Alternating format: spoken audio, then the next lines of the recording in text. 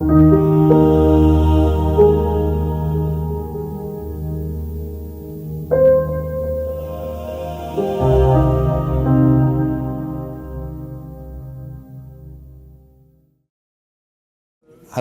my name is Dr. David Furlong.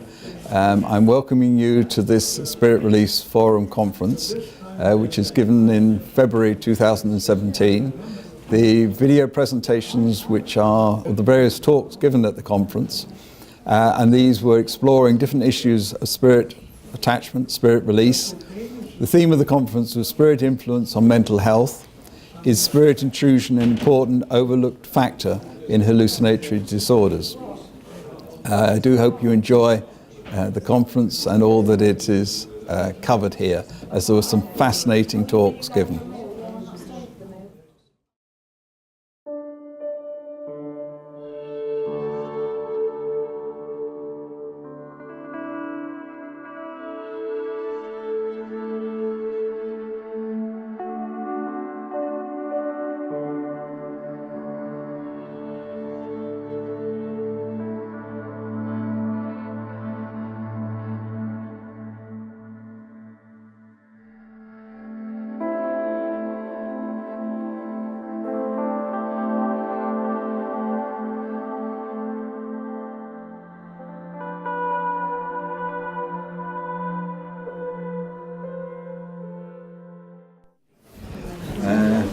It gives me great pleasure to introduce again another friend and colleague. I think we could call ourselves that. Has been for a long time now. Yes, probably over many lifetimes. But I'm delighted to be able to welcome Dr. Terence Palmer. He did his thesis actually on spirit release, but I know he's going to share with you something about some research projects which are going on in trying to look at and understand the way in which spirit can influence people, and also the steps which can be done to help heal those processes. So welcome, Terry. Thank you. Thank you, David. I was just saying to Fiona just a moment ago, it's very, very refreshing to be able to talk to an audience of people, a room full of people who are like-minded and don't have to be convinced that we have a spirit world. Because most of the conferences that I present to are skeptics, and it's like stepping into the lion's den, and it's a bit tricky. Now, I'm going to give you a presentation in a moment, but first of all, just a formal introduction. Whilst scientific investigations into the nature of consciousness, into psychic phenomena, now called psi, and anomalous experiences have become academically fashionable in recent years, but medical science stubbornly refuses to acknowledge the reality of a spiritual realm and the spiritual causes of mental and emotional distress. And that's partly probably due to, I think, the investigations into consciousness and psychic phenomena and anomalous experiences, because they still refuse to acknowledge spirit. The word spirit in scientific research of all persuasions is a taboo. And the taboo has to be broken.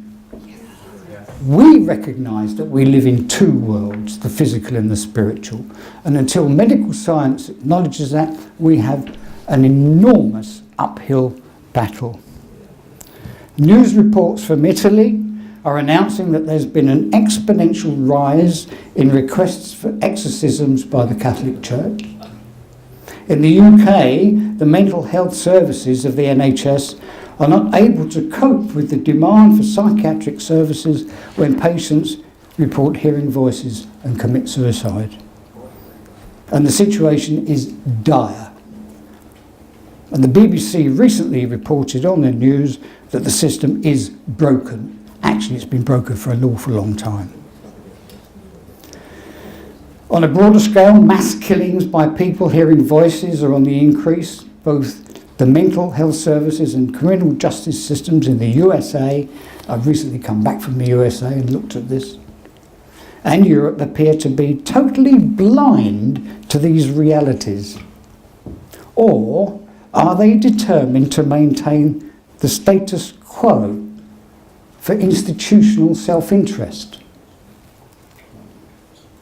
Is it because there's more money to be made by keeping people on antipsychotic drugs than curing them, and more profit for private mental health hospitals by the NHS outsourcing the problem? And of course, outsourcing means privatisation, which means profit for someone. And these are not just ideas that have popped into my head, because I'm a researcher. And I'm not going to bore you with giving statistics that I've come up with, but I've also been privileged to be able to witness this myself, where I've seen people being sectioned under the Mental Health Act and being put into a hospital where there are no beds. So then they are outsourced to the private clinics, where the private clinics are charging something like £800 a day, whatever they charge.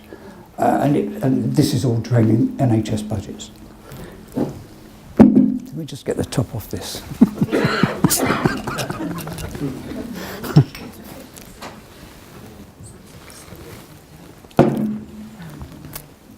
So the position that I'm coming from, I am actually a spiritual healer. Started off as a spiritual healer, but I needed to understand spiritual healing, so I went to university.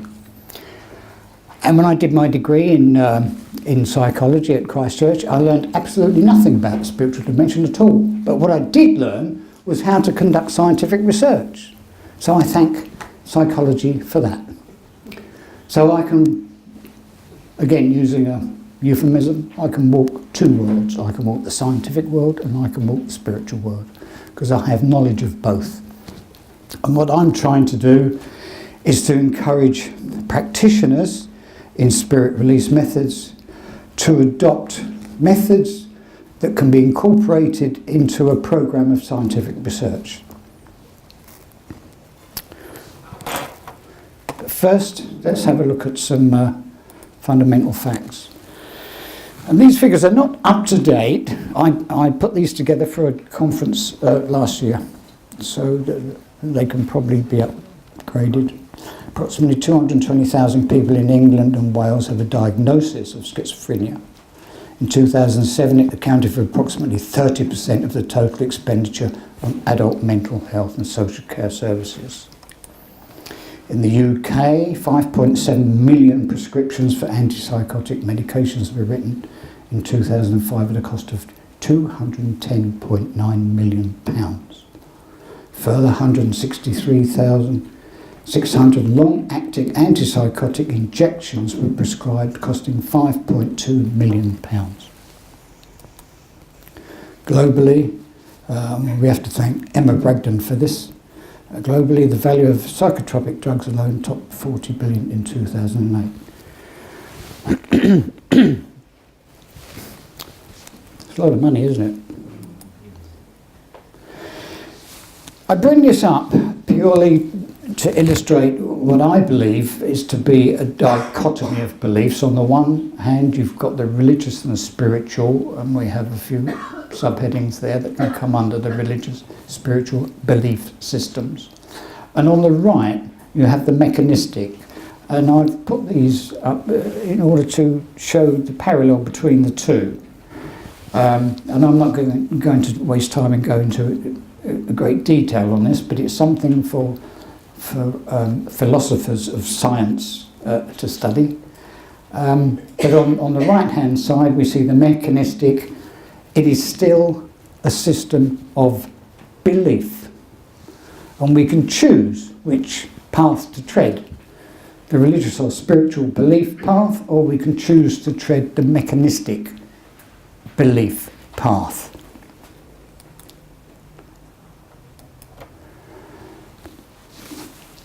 But when you take evidence from psychiatrists with an open mind and they practice with an open mind, what we find is evidence. Psychiatrists like Shakuntala Modi in the United States recorded 92% of problems were attributed to spirit influence. 92 of 100 of Modi's patients were found to have earthbound spirits attached to them. 80 patients had more than one. 50 patients had spirits of relatives, and 77 patients had spirits that were described by Modi as demonic.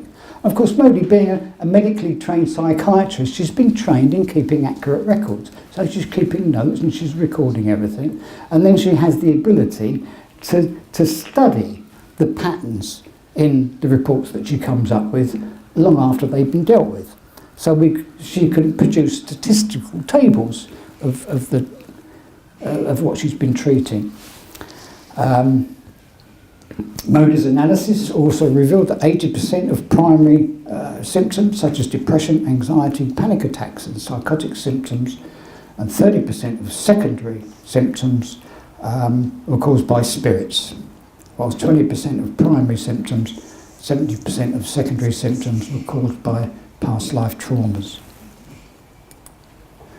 Now, Edith Fiore, some of you may be familiar with, according to her, 75% of her total caseload is attributable to spirits. So these are medically trained practitioners who are using their knowledge of data collection and analysis to present their findings. So what's really needed is not a dichotomy of beliefs with spiritual and religious on one side and scientific on the other. It needs to be an integrated approach. Now, I know I'm speaking to an audience here that would agree with me that this is just common sense, just plain common sense. So it's a bit of a mystery to me as to why medical science doesn't acknowledge this common sense. There's something really odd going on here, because these are intelligent people.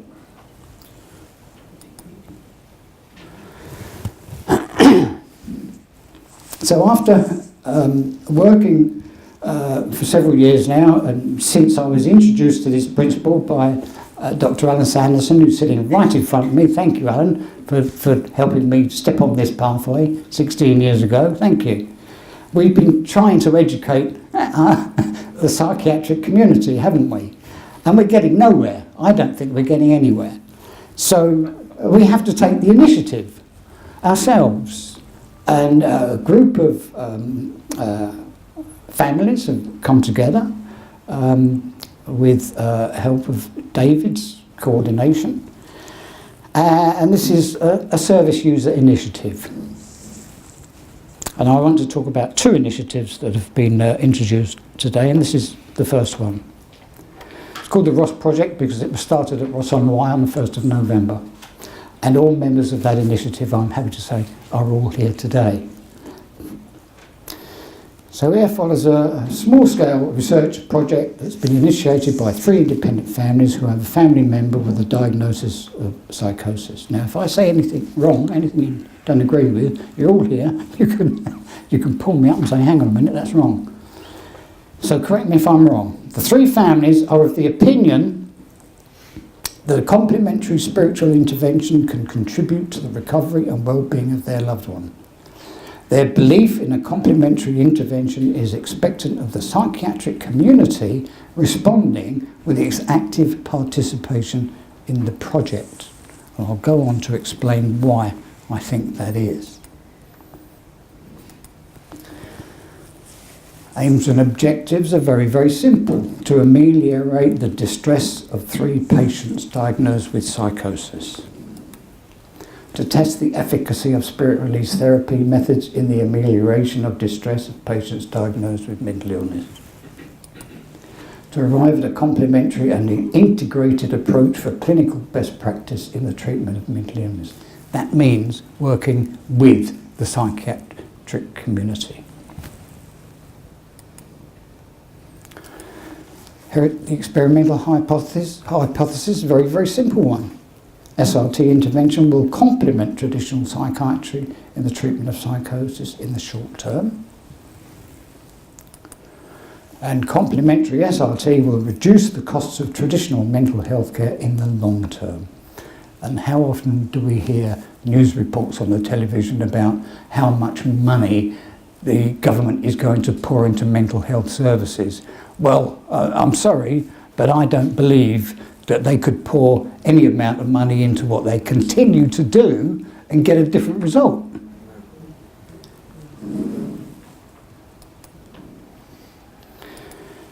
The experimental design, now, according to my understanding of psychological and psychiatric methods in clinical trials, they're usually conducted with ticking box form psychometric instruments, which, to my way of thinking, in my experience, have absolutely no value whatsoever. What I'm suggesting here is what we've got is a longitudinal study with 3 separate cases of psychosis,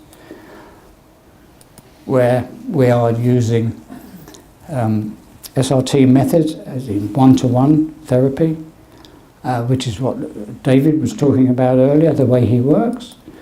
Remote with one therapist and one medium, which is the way I often work. Remote with 2 or more mediums. And conversations with spirit guides through transpossession, which is fascinating. I know David does that, and I work with a medium that does that. If you have a question you need an answer to, the medium goes into a trance, the spirit takes him over, it's positive possession, and you're having a conversation with the spirit, and you're getting the answers you're looking for.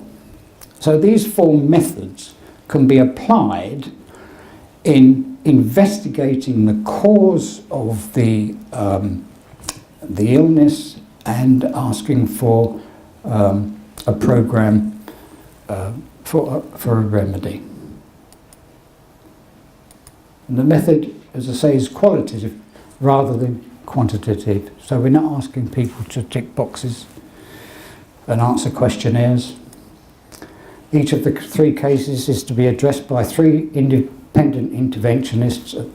There's a therapist or a pair of practitioners or a group, independently, and no psychometric instruments are used for data collection. The data is collected through interviews. So, putting it very, very simply, you have a person who's hearing voices, a person who's been diagnosed with psychosis by a psychiatrist, and you interview that person or the family member and you say, what's the problem? And it's explained in simple language what the problem is. And that's your baseline data, recorded. The results of each case consist of 1 initial baseline interview and then 3 intervention reports. So just be clear about this. You've got 1 patient, and each patient is investigated by 3 different practitioners. Because everyone works differently. We've heard today how David works, and we've also heard today how Mike works. And there are certain differences and inconsistencies in their approach.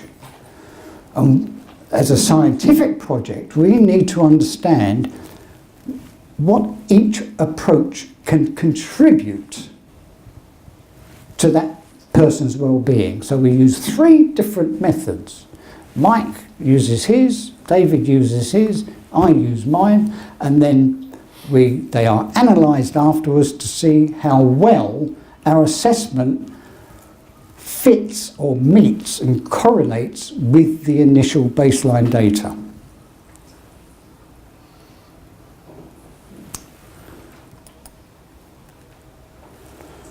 So all interviews and interventions are recorded, which means that they can be transcribed for analysis. It's much more accurate than listening to a person and taking notes. Because I, for one, I am not multitasking.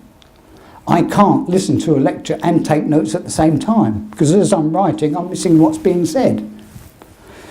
I think women can multitask, can't they? But I can't do that. So I find it easier to record everything, go back later, listen to it, and transcribe later. And that way you don't miss anything. And then each case report is to be given to ideally be given to an independent researcher or qualitative analyst. I say ideally because we don't have one yet. What we're looking for from a researcher is to identify inconsistencies and correlations between the different SRT interventions. I'm sorry, but I'm talking statistical language now. I'm talking scientific research language, which most therapists don't really resonate with. But this is where we have to bring the two together. To analyse differences, if any, between baseline data and the final outcome report from the patient's family. Putting that simply, is to ask the question, does it work? Is there a difference? Baseline data before, post-intervention interview, are you still hearing voices? What are you experiencing now? Of course, with a simple case, as David was saying earlier, a simple case can be dealt with in one day, in one session, in 20 minutes. But these more complex cases do take longer, and they're complex, and there's a lot to be unravelled from the different levels of consciousness, the past lives, the subpersonalities, the DFEs, the earthbounds. They all have to be investigated. But what I find fascinating about this is what each interventionist discovers when they go in, and what they can contribute to the whole picture. So that's the Ross project.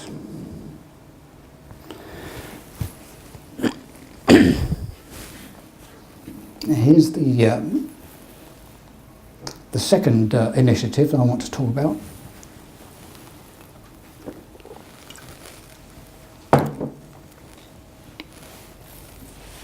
And this is just being conducted by myself and the medium that I work with. Unfortunately, he can't be here today because he's a working man, got a full-time job. Andrew Porter is a medium who channels his guide Chen. And we were given this project to do by Chen, actually, by the guide, who said, we want you to do this. We want you to set up a website called Hearing Voices Help. And we want you to help people who hear voices. So we said, okay, let's do that. But we need to attract people to us that hear voices so that we can work on and show that it works. So then straight away we were contacted by a gentleman in North Yorkshire who's an ex-soldier. And last weekend, on the 28th of January, at the Equilibrium Health Centre in Wiltshire, he came down on the train from North Yorkshire and presented himself. This is an ex-soldier who'd served in the Balkans and in the Middle East, in Afghanistan. Richard was there. He sat there nodding. And he reported that he'd been pestered by a gang of voices for the past 23 years. He'd been through the psychiatric system, diagnosed with schizophrenia, been to all the ex-services charities that are there to treat soldiers who are suffering from post-traumatic stress disorder, and he'd been diagnosed with post-traumatic stress disorder. And he sat and told us what the problem was. And we conducted a spirit removal exercise with him on camera, and thankfully Ben, the camera crew, were there to record this. And that was last Saturday. And he was immediately freed of his voices. Immediately. Came back to me the next day and said, I'm having trouble getting used to this because I've been living with this for 23 years. And his biggest concern was the anger that he was experiencing at being made to suffer this when it could have been dealt with. And these are his words. I'll let you read them.